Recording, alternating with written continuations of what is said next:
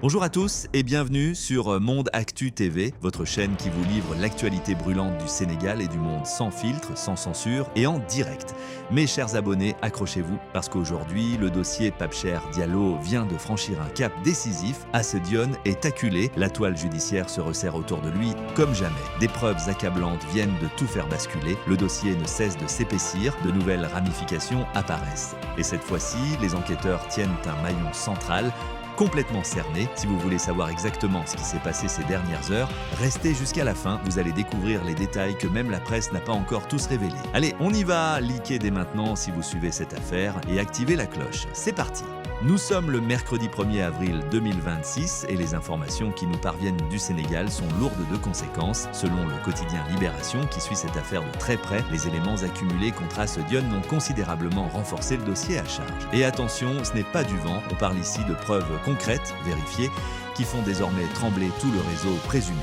Tout d'abord, Asc Dione a fait des aveux jugés particulièrement détaillés. Ce ne sont pas des confessions vagues ou contradictoires. Non, les enquêteurs parlent d'aveux précis, chronologiques, qui permettent de reconstituer les faits avec une clarté glaçante. Ces déclarations ont permis de connecter les pièces du puzzle les unes aux autres. Elles ont ouvert des portes que les gendarmes n'avaient peut-être même pas imaginées au départ. Mais ce n'est pas tout. L'exploitation de son téléphone portable a été le véritable game changer de cette enquête. Les données numériques extraites de l'appareil sont devenues cruciales. Messages, appels, contacts, géolocalisation, tout y est passé. Et ces éléments ont permis aux gendarmes de consolider les liens entre les différents protagonistes du dossier. Grâce à ces preuves numériques, ils ont mieux compris les mécanismes internes de ce réseau présumé. Qui parlait à qui, quand, comment et surtout pourquoi faire. C'est la force de la preuve scientifique à l'ère du numérique. Un seul téléphone peut faire tomber tout un système et dans le cas d'Asc Dione, ce téléphone vient de parler et il a parlé très fort.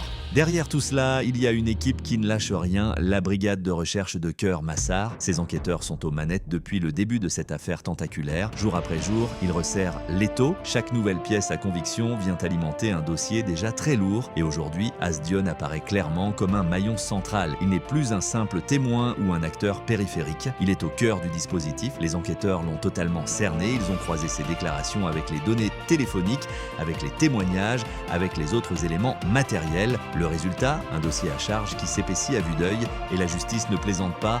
Présenté devant le juge d'instruction, Asc Dione n'a pas échappé à la rigueur judiciaire. Le magistrat a pris une décision claire et ferme, placement sous mandat de dépôt. Cela signifie qu'il est désormais incarcéré. Il rejoint donc les autres personnes déjà mises en cause dans cette affaire explosive.